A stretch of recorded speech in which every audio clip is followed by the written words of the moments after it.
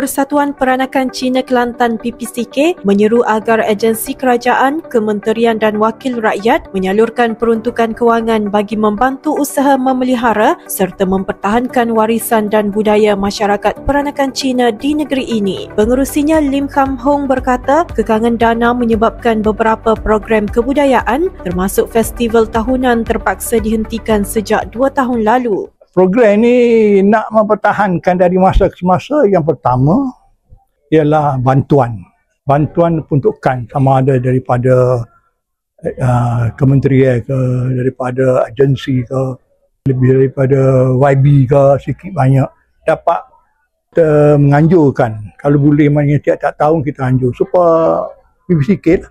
Kita anjurkan festival dulu pun kita menganjur tiap tahun, 2 tahun kebelakangan ni ya. Kita terpaksa berhentikan sebab tak ada peruntukan. Tahun ni terancang nak buat perkahwinan, mana ada istiadat peranakan tu kita nak teruskan tahun sekali tak apa, untuk mengekalkan budaya tradisi kita. Beliau berkata demikian ketika ditemui pemberita selepas program perasmian busana kebaya di Galeri PPCK Tanah Merah hari ini. Majlis perasmian disempurnakan Ahli Dewan Undangan Negeri Adun Kota Lama, Dr. Hafizah Mustaqim, yang turut hadir menyatakan sokongan terhadap usaha PPCK mengekalkan tradisi masyarakat peranakan Cina. Menurut Lim, bantuan kewangan amat penting bagi memastikan aktiviti kebudayaan seperti pameran makanan tradisional, adat perkahwinan peranakan Cina dapat diteruskan sebagai warisan untuk generasi muda. Beliau berkata antara tarikan pada program kali ini ialah pengenalan semula busana kebaya, pakaian tradisional yang menjadi sebahagian identiti masyarakat peranakan Cina sejak ratusan tahun lalu. Nenek moyang kita pun sudah ramai sudah tak ada, jadi generasi akan datang tu dia tak tahu apa dia kebaya, apa dia tahu hanya pakai yang sekarang.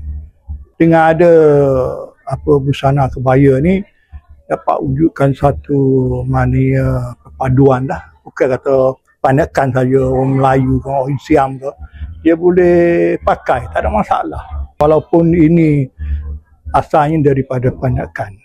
Sementara itu, Pengarah Pejabat Kementerian Pelancongan Seni dan Budaya Malaysia MOTEK Kelantan, Nur Aliza Baharudin berkata, penganjuran program itu berjaya mengangkat semula busana kebaya nyonya sebagai simbol tradisi masyarakat peranakan. Okay, untuk semua untuk semua persatuan seni lah kita telah menyediakan geran sokongan sektor kebudayaan iaitu GSSK, yang mana merupakan salah satu inisiatif daripada pihak kementerian melalui bajet 2025 untuk menggalakkan penganjuran apa-apa aktiviti kebudayaan lah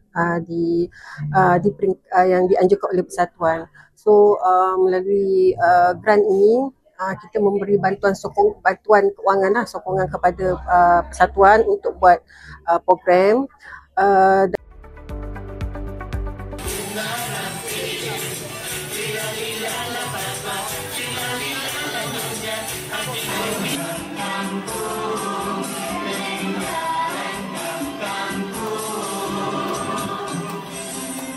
Untuk disemai dan simpan kebaya Kelantan, pusaka zaman.